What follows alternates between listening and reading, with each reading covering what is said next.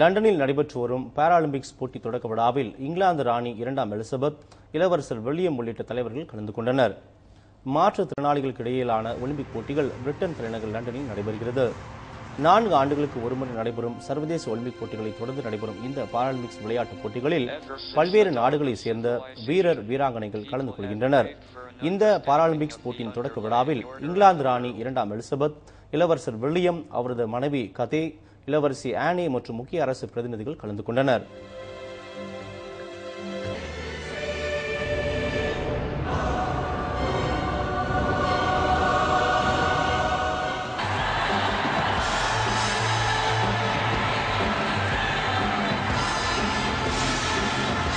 People's Republic of China.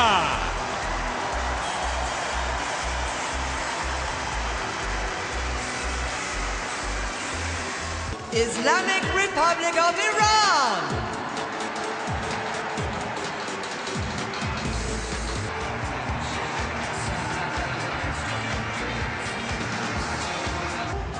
South Africa.